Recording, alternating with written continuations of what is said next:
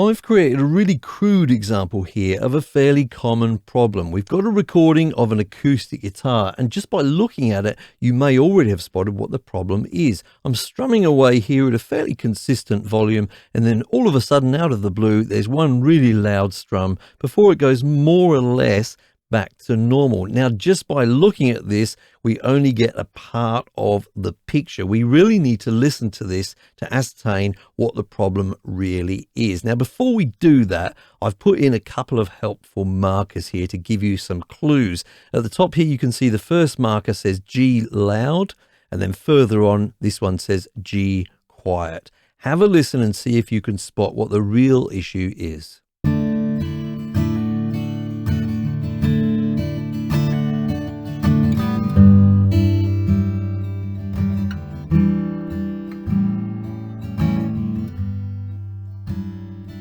Now, of course, this G note, this low G note is much louder here, but to be honest with you, I didn't actually play that much harder. It's much more to do with this frequency response between the guitar and the microphone here. We're creating this kind of boomy sound, if you like. Now, of course, it isn't a great recording. I could go back and re-record this guitar and position the microphone better. That option's not always available to you, and it doesn't always fix the problem, depending on how this problem has come about. Now, I do want to note that further on here, I played the same G note, but on purpose, I did play it much quieter. That's important as we look at what the solution is here. Now, you may reach for a compressor to fix this problem, yeah? A compressor is really useful for picking up things which are too loud, capturing them and just making sure they're quieter momentarily. And you may grab the stock compressor which comes with Studio One Professional.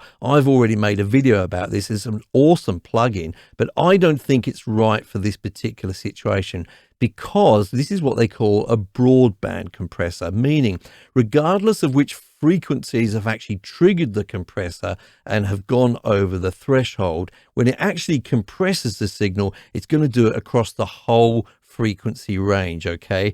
So that means that even those nice sparkly parts of the guitar, or even the middle information, which is so important, is going to be reduced in volume, even though it's just really that G note which is the problem. So I don't think that this stock compressor is the solution for us here. The other thing we could think about would be EQ, and you may have reached for this when you've got this kind of problem in the past. So you think that G is out of control, I'm just going to turn my EQ on, find the offending frequency and reduce it. But do you remember that later on we played the same G note but much quieter? That means that that low end information is going to be gone, and it's going to sound really, really thin as well as quiet. Not to mention that even when we're not playing that G note, we're going to have some frequencies information happening there, and we may end up making the whole guitar sound really kind of thin unnecessarily for most of the performance. So I don't think EQ is the answer here. So what I would be reaching for some of the time here is a multi-band compressor. Now in Studio One, we actually have a plugin, a stock plugin called Multiband Dynamics. Why is it called Multiband Dynamics and not Multiband Compressor? And that's because it's actually a compressor and an expander as well. We'll be talking about that a little bit later on. But this is the kind of plugin you would be reaching for when you've got certain parts of your performance which are too loud, but that's confined to a particular frequency range. Hi folks, I'm Mike, and I hope you're well. The key to multiband dynamics is having a clear intention with what you want to achieve. Now, if you're wanting to control levels or dynamics within a particular frequency range, then this is the plugin for you. But you're going to need to understand the controls. Let's take a look at that now.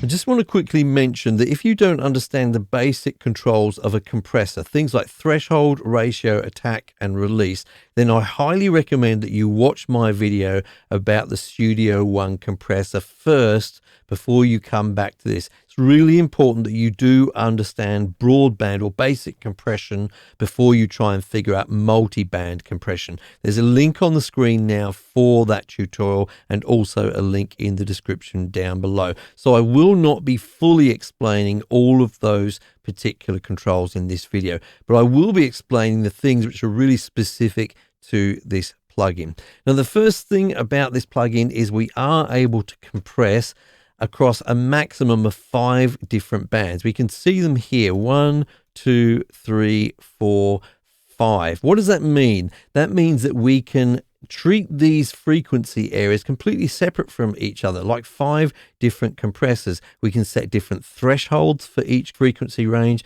We can set different behaviors in terms of ratio, attack, and release as well. So they're really kind of independent of each other if you want them to be. Now we can see here that if we grab one of the lines, we can drag it around, and that is going to change the range or the frequency range of a particular band. So you can see here that I'm adjusting the green one, but you can also see the knob down below here. So you can do the same thing by dragging this around like so. Now, we do have 5 bands as a maximum, but we don't have to use 5 bands. If you want to reduce it, say, to 4, then you could, for example, grab this top one and just drag it all the way to the end. You'll see it now says max here, yeah? We could have used this dial here to do that as well. Now we've only got 4 bands of compression that we're using. And likewise for the lower bands, we can do the same thing. We could drag this one all the way down, drag this one all the way down. You can see they both say minimum here, and now we've only got 2 bands of compression. Okay, so you don't actually have to use all 5 if you don't want to. Let me just reset everything here. Now, as we are controlling each of these bands, we can actually sort of listen to them. This can be really, really useful if these frequency numbers don't mean too much to you. Okay, so if you haven't got used to what 320 hertz is yet, then it's useful to be able to listen to this band. So we could solo it, for example, like so. Have a listen to our guitar, and right away we can hear what is between 320 and 960 hertz here, and we could go ahead and adjust these by listening to that as well. That's a really helpful thing to do. We can also mute particular bands so that we're hearing everything else except those. I don't find that particularly useful, but you may find it useful sometimes. And the other thing we can do is bypass a band. Now, we'll still be able to hear all of the frequency information within that band when we've got it bypassed, but any of the controls we use, like threshold, ratio, will not have any effect, okay? So we're just bypassing any of those controls. Talking about the controls, you will see that as we select each frequency range up here, that these controls down here, which are our main compression, or I should say compression expansion controls, the color changes, okay? So you always know which band you're dealing with, okay? So as I go through each band, you'll see the colors do change here. So that's rather helpful. And then we have some global controls over here, which we'll look at later. So that's the sort of basic overview of how things work here. Let's get a little bit more specific now about some of these controls.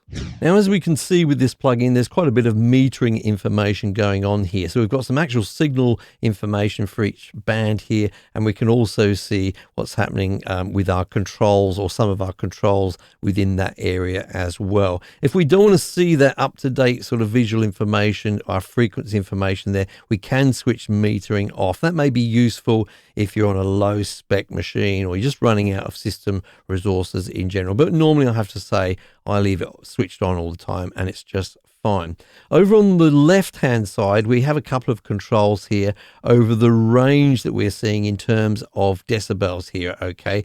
So this can be useful if you've got a really wide dynamic range in your piece of music and you need to see a bit more information, or you need to have a bit more control over it in that way. So we can change values here to have a really big dynamic range if we wish to, and you can see that that has changed there. And that's basically the main visual changes that we can make with this plugin.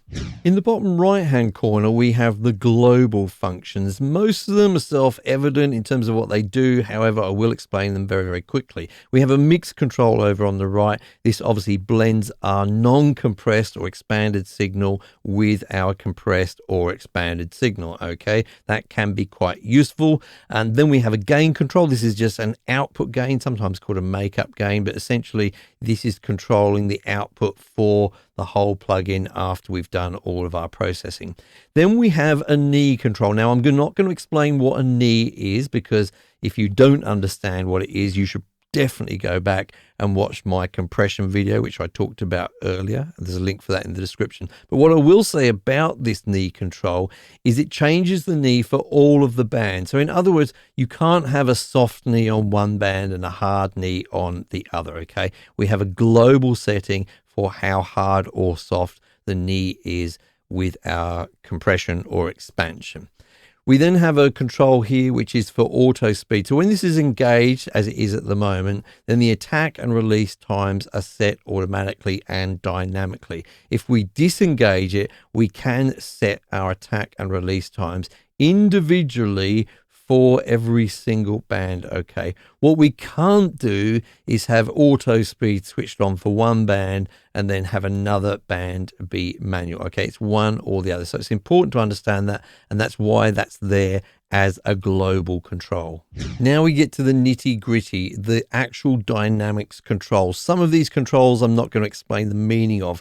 Things like gain, which is makeup gain, attack and release. I've already explained these in other videos about compression, but there are some peculiarities about our other controls here. Let's actually start off with the ratio control, okay? If we start to adjust this upwards and we look at our top sort of display area here, we get what we commonly see, a visual representation of how much compression is going to happen above our threshold. Okay, so all the way up it's pretty much limiting, and then we've got values in between there. You're used to seeing that, but what if we drag this control down below? Then you'll see a different thing happening, and that's because this is now changing from a compressor to an expander. If you don't know what an expander is, it's almost like the opposite of a compressor. A compressor reduces the level of the signal when it's above the threshold, okay? But an expander reduces the signal below the threshold, okay? If we go all the way down as well, then we virtually turn this into a gate, okay? So that's why the ratio control in this particular plugin is quite different to the one that we see in Studio One's compressor plugin. From there on, we have two threshold controls, and I know this has caused some confusion from reading around on the internet about what people say about this. So let me explain it now. First of all, the low threshold is behaving just like you would expect in a compressor. Yeah, you're setting your threshold. Anything above that is going to get compressed if we're in compression mode, as we are now, and we've set the ratio, okay? So most of you will be using that one most of the time, but we do have this high threshold control. And if I adjust that, you can see the display now changing. And actually, in fact, let me up the ratio so that we're sort of limiting. Okay, now I have to admit that I don't often use this control. So I'll explain what the manual actually explains about this, which is to say that dynamics processing, so compression, for example, only occurs between these two thresholds. So once we're above the low threshold, then that ratio gets applied.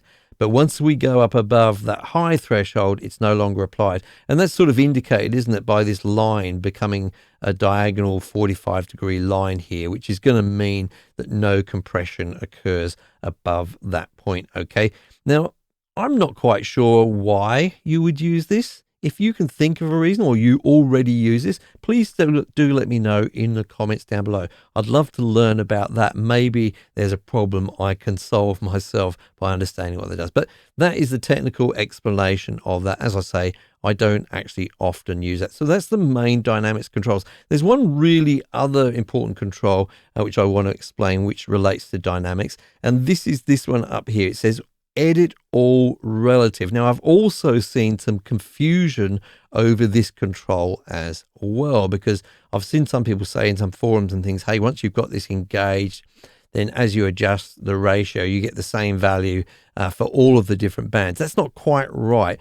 What will happen is they will change relatively. Okay, so let's just set a ratio here. For example, I'll turn this off. Let's set a ratio here for this bottom band. And in fact, we'll just turn it all the way down here, so we're actually expanding there. The next one, we'll just do it sort of up slightly or hardly at all. Okay, the next one, we'll just add a little bit of compression. Okay, we'll just do those three. That's fine. Now let me just turn this on. Okay, so edit all relative is on, and you've probably guessed what it's going to do. If I now adjust this ratio down, I'm on the yellow band. Yeah, you can actually see at the top what's happening with the others. They're also going down, but not to the same value. Yeah, they haven't got the same value if I click on them. They've just adjusted relatively. Really important to understand that. Can be very, very useful. Okay. Now, if you want to just sort of have the same settings across the board, you could do that. It's probably best to do that from the beginning though. So when you've got your, I'll just set this to a sort of a default value more or less. When you've got it in a sort of a default value, then I would turn that on, and then you can make your adjustments. And you'll find here, for example, I'm adjusting that ratio to what, 1 to 8 or something like that. Then if I look at the other ones, they've all got that same value. Okay, so that's what that button is for. Finally, let's just quickly talk about sidechain. Now, I don't want to fully go into what sidechaining actually is, other than to say this is a process where we actually use another signal from within our DAW to trigger our actual compressor. But I just want to more explain that when you use sidechaining here in Studio One with this particular compressor, and I'll do that now. I'll just go and select another signal here by clicking on this. This is my source. I've got a bass guitar here. I'll just click on that so that we get a send from that bass guitar going through as the signal to our compressor here. Yeah, that will now determine at what level or what threshold, you know, compression starts, etc. But when we're doing that, it's important to understand that we're not able to use this sort of on a band by band basis. Okay, all of our bands of compression are going to be listening to that sidechain signal, if that makes sense to you. Okay, so if you do like to use sidechains, do remember that when you're using this feature. Now, if you actually want to control a very narrow range of frequencies, then a better tool for you might actually be a dynamic EQ. The latest version of the EQ, which comes with Studio One, has some dynamic capabilities. I've made a video about that right here, and I recommend you take a look.